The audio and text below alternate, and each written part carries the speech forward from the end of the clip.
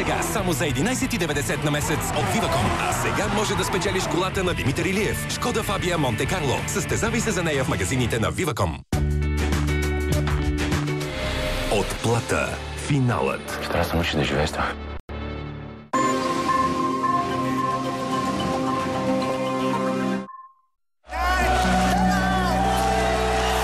Европейски шампион е Кубрат Венков Пулев от България.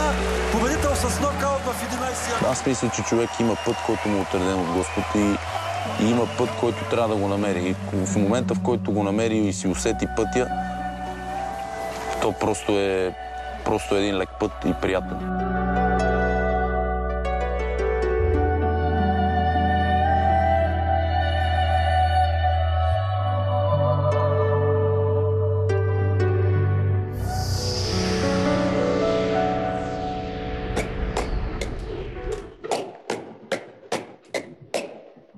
Като всеки един човек, аз съм копирал от родителите си и всеко едно момче по-скоро от баща ми.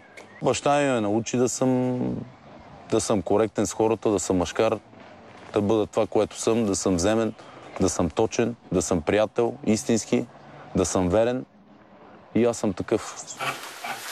В течение на времето и бокса така ме промени, защото и бокса е, смея да кажа, ни от най-мъжките спортове. И мислех, че за да станеш истински мъж, трябва да минеш през казармата, обаче когато влея в казармата, разбрах, че бокса е така школовка. Един вид се едно си изкарал 10 казарми.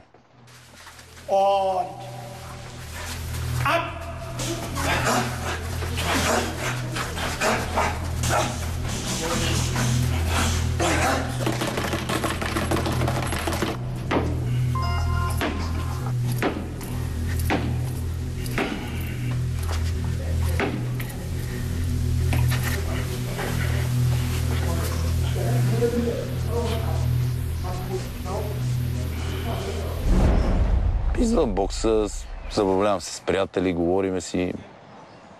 От време на време играя шах. Да, баща ми показа шаха. Отначало ни биеше, обаче след това почнахме с брат ми да го биеме, да го побеждаваме, вече като задобряхме. И беха големи нерви от негова страна. Отначало пък ние се нервирахме и така. Имаме спортна злоба от него. Мисля, че така трябва да е всеко едно момче, винаги трябва да е до баща си. За да мога да израсне мъж и да бъде истински.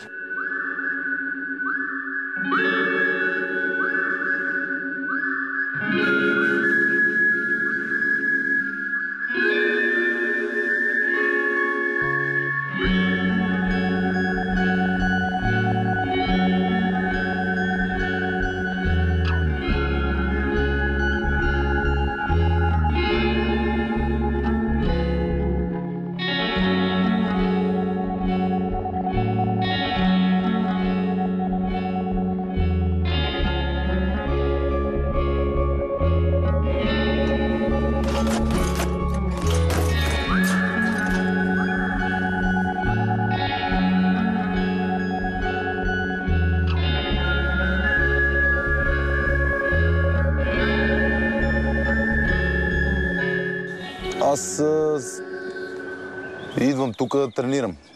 Иначе пък в България като седа и там пък не мога да се концентрирам, не мога да се отдадеш изцяло на това, което правиш. И няма как, аз обичам като правя нещо да го правя както трябва. Не мога да се отделиш по този начин, както се отделям тук. Защото тук съм почти сам с моят отбор, с моите съотборници, с треньора. И специално за подготовка е по-добре тук. Пулев kommt am Samstag nach Erfurt in die Messehalle.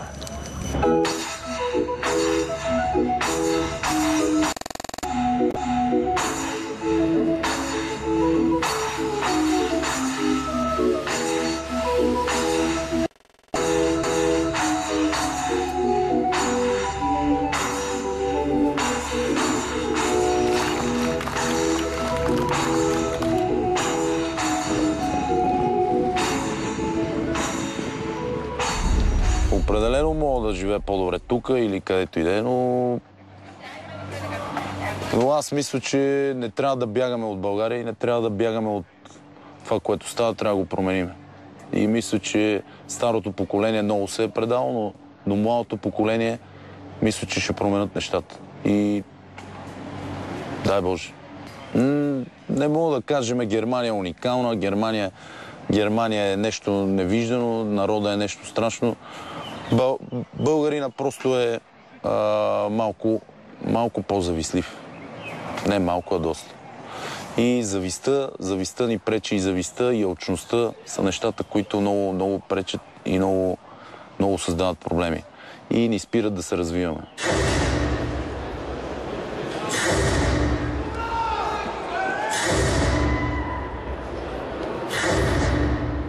Meine Damen und Herren, willkommen im Ring zur Europameisterschaft im Schwergewicht. Der Titel ist vakant und hier kommen die beiden Boxer. Walk-in für den Mann aus Bulgarien, Kubrat Pulev.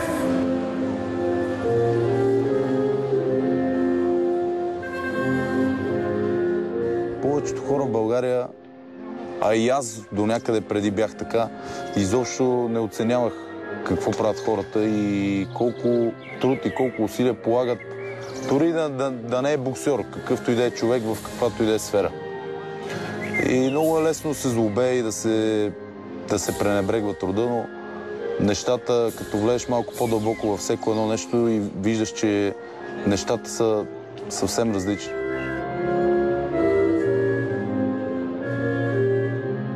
Основното е да вярва и да иска.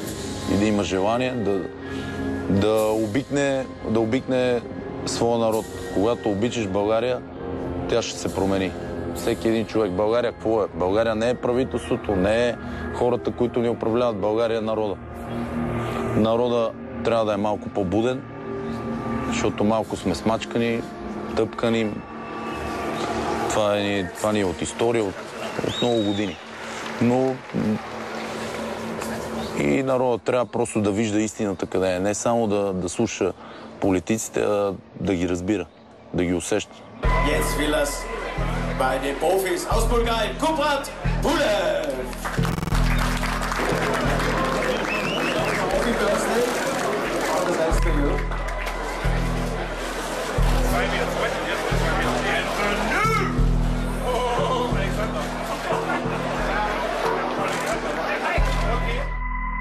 Виж, в живота съм се научил на нещо много важно, че никога човек не трябва да прибързва с изводите.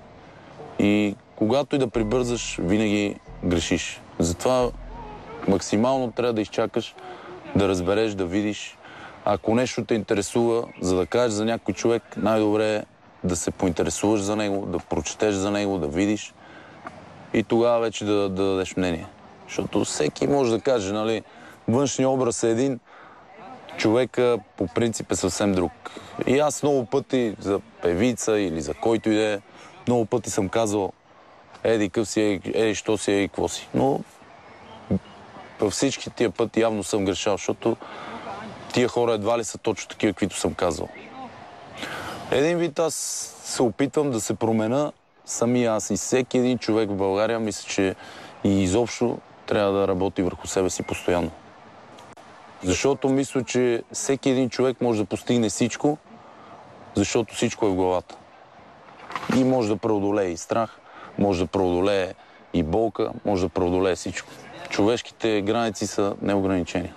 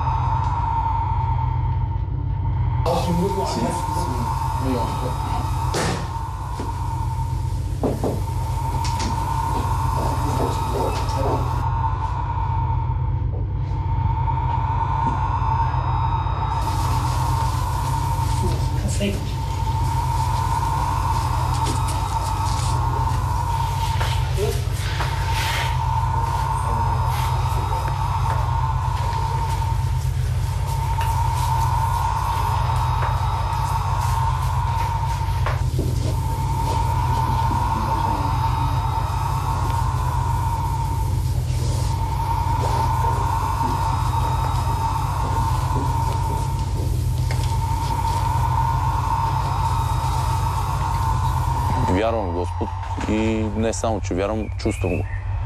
Просто го чувствам. Всеки човек може да си вярва във всичко и може да не вярва във всичко, но аз просто го чувствам. И никой не може да ме убеди в обратното, който и каквото и да пише и каквото и да казва.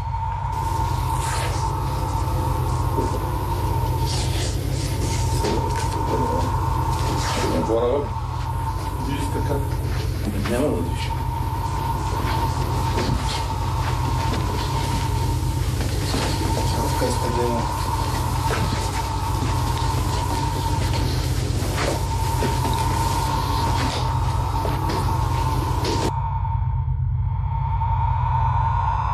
Просто всеки един човек рано или късно минава на касата и плаща за всичко това, което е направил. Рано или късно. И плащаш не повече, не по-малко, точно колкото си направил и колкото си постигнал. Господ дава шанс на абсолютно всеки човек. Господ е със всеки човек.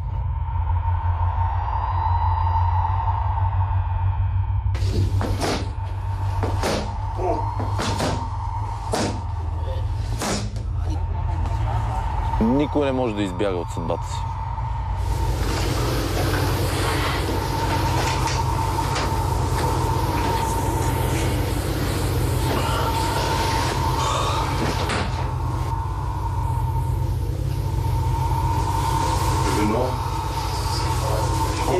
Eigentlich noch 5 Minuten, 6 Minuten.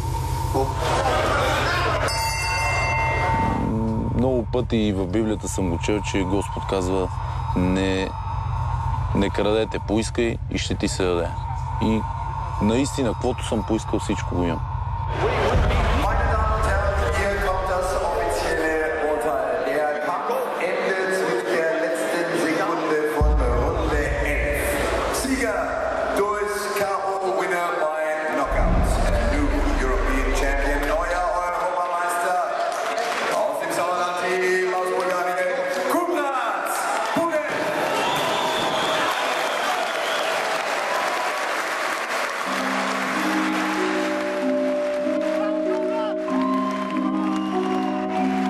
Мисля, че доброто и позитивното винаги е правия път.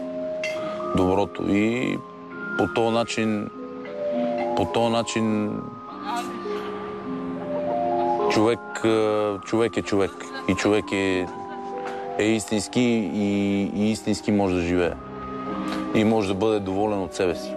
Всичко друго е просто отвратително.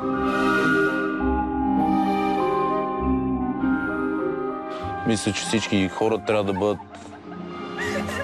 добри един към друг и дори към някой враг някой път не е лошо да му покажеш, че е сгрешил с добро.